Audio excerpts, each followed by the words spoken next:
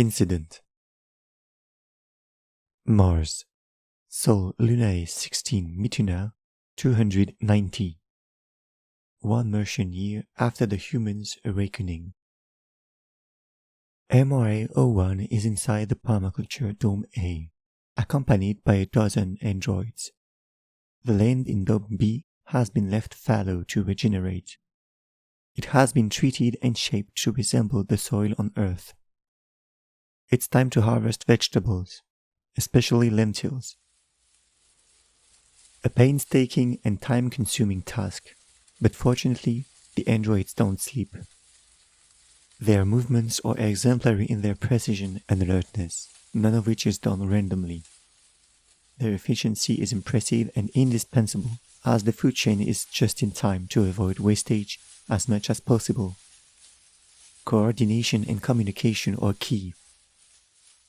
Nearby, we can also spot young fruit trees that need a few more years to be able to give tasty fruits.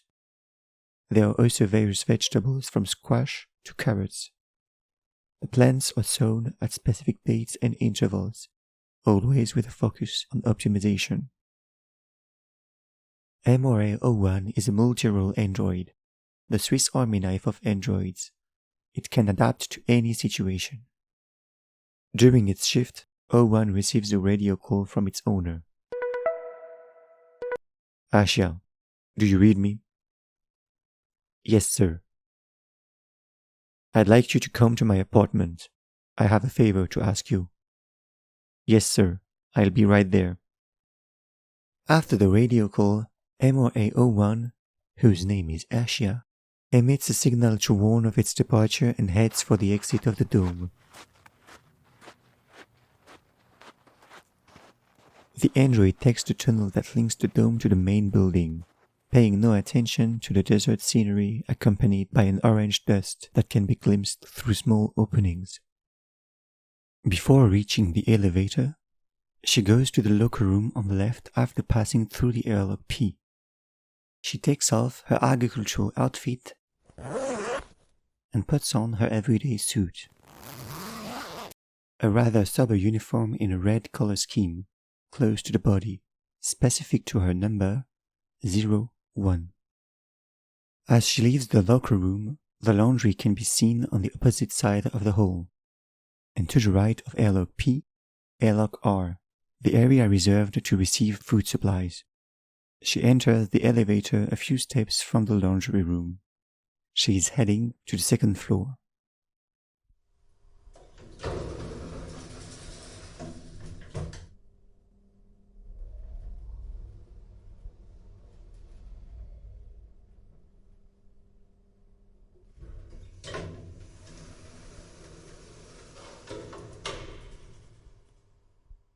When leaving the elevator, she goes straight on, setting foot in a corridor worthy of the world's finest hotels, with subtle yet daring taste. A perfect blend of wood, marble, and metallic panels, all fake, of course. In this corridor are 14 apartments of 70 square meters each, 7 on each side of the corridor. She joins Ismail al-Jazari's sumptuous apartment.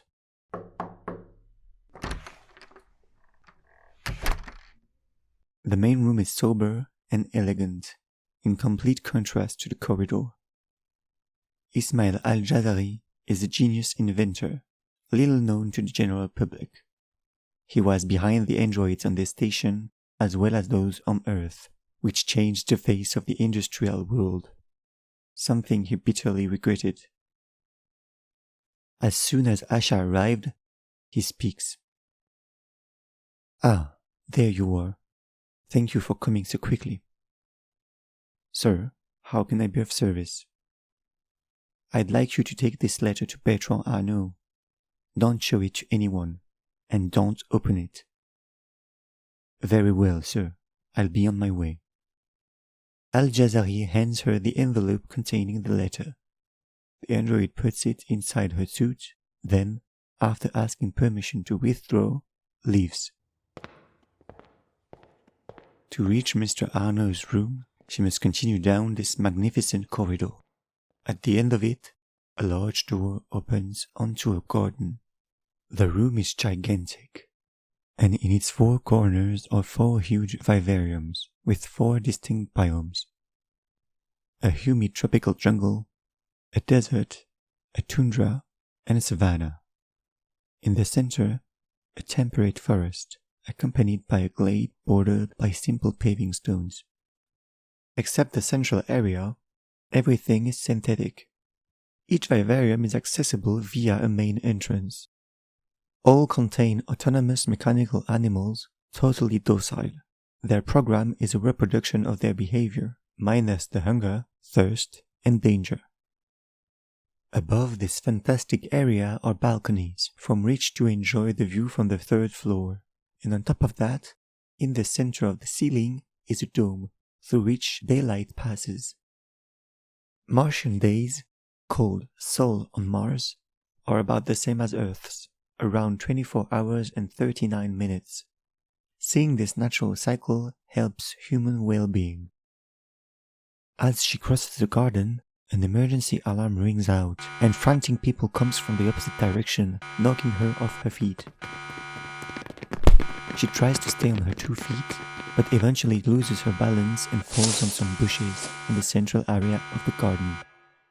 As she fell, her sight begins to lose its signal. Everything went white, and her system went into forced standby. There she was, in the middle of the garden, motionless.